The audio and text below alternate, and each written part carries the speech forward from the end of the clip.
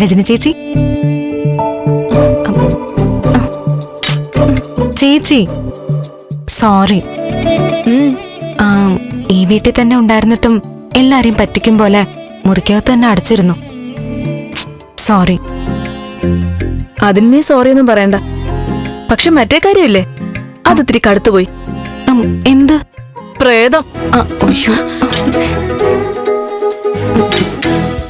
നീയായിരുന്നല്ലോ ഈ വീട്ടിലെ ആസ്ഥാന പ്രേതം. ഹോ, അവസാനം ഒരു ഇല അനങ്ങുന്ന സൗണ്ട് കേട്ടാ മതി അറ്റാക്ക് വരും തോന്നി. ഏതൊക്കെ അമ്പലങ്ങളിലാ നേർന്നത്. എന്റെ തലേണിക്കടിയിലെ ഒരു ഇരുമ്പ് കത്തി സദാ സമയം ഉണ്ടായിരുന്നു പ്രേതത്തെ അകറ്റാൻ. നീ എങ്ങാനും അടുത്തു വന്നിരുന്നെങ്കിൽ കുത്തിയനെ. എന്താ ചേച്ചി ഒരു കത്തിയുടെ കാര്യമൊക്കെ പറയുന്നു? പോടാ അവിടുന്ന്, അവൻ വന്നിരിക്കുന്നു. വിഷയത്തില. എന്താ രജനി, നീ പിണക്കാണോ? പോടാ കുരങ്ങ. അയ്യോ, നിനക്ക് ഞാൻ വച്ചിട്ടുണ്ട്. ദുഷ്ടൻ. രാത്രി അടുക്കളയിൽ കയറി പാത്രമൊക്കെ എടുത്ത് ശബ്ദം ഉണ്ടാക്കി മനുഷ്യനെ പേടിപ്പിച്ചു കളഞ്ഞു. ചേച്ചി അന്തം വിട്ട പ്രതി എന്തും ചെയ്യും. എനിക്ക് ദേവിയെ വീട്ടിൽ കൊണ്ടുവന്നേ പറ്റുള്ളായിരുന്നു. എന്നിട്ട് അവിചാരിതമായി ചേച്ചി അവളെ കണ്ട് പ്രേതമായിട്ടങ്ങ് സങ്കല്പിച്ചു. അതിനിപ്പോ ഞങ്ങൾ എന്ത് ചെയ്യാനാ? ഉർവശി ശാപം ഉപകാരം എന്ന് കേട്ടിട്ടില്ലേ? കാര്യങ്ങളൊക്കെ അതുപോലെ അങ്ങ് ആയി. അഥവാ ദേവിയുടെ നിഴലങ്ങാണം ചേച്ചിയുടെ അമ്മയുടെ കണ്ണിപ്പെട്ട നിങ്ങൾ അവള് പ്രേതമാണെന്നങ്ങ് കരുതിക്കോളും. അങ്ങനങ്ങ് സമാധാനിച്ചു. പേടിച്ച് പനിച്ച് എനിക്ക് എന്തെങ്കിലും സംഭവിച്ചിരുന്നെങ്കിലേ ഞാൻ രാത്രി പ്രേതമായിട്ട് വന്ന് രണ്ടെണ്ണത്തിന്റെ രക്തം കുടിച്ചേനെ. എന്നാലും എന്നെ വിശ്വാസമില്ലാതായി പോയല്ലോ. ദേവിക ഇവിടെ ഉണ്ടെന്ന് എന്നോടൊരു വാക്ക് പറഞ്ഞില്ലല്ലോ. അയ്യോ ചേച്ചി, അത് മറ്റൊന്നും കൊണ്ടല്ല. വേണ്ട, നീ ഒന്നും പറയണ്ട. ചേച്ചി ദേവി റൂമിലുണ്ടെന്ന് അറിഞ്ഞാ ചേച്ചി ദേവിയുടെ കാര്യങ്ങൾ കൂടുതൽ ശ്രദ്ധിക്കും. അതമ്മ നോട്ട് ചെയ്യും. പിന്നീട് ആകെ കുഴപ്പമാവും.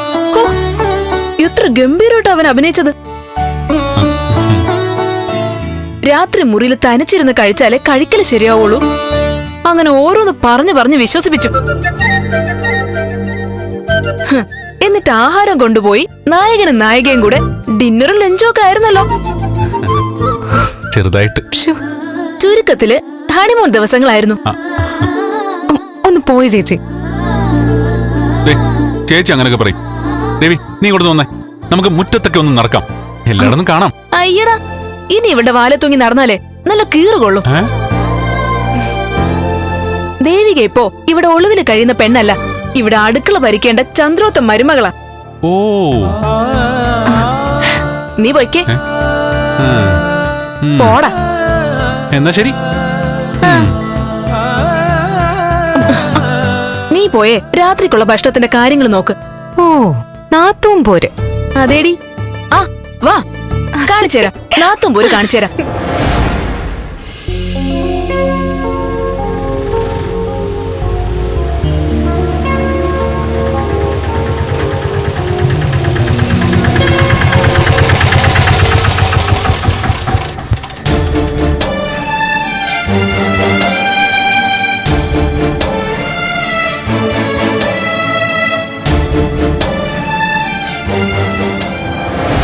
ഒരു മിനിറ്റ്.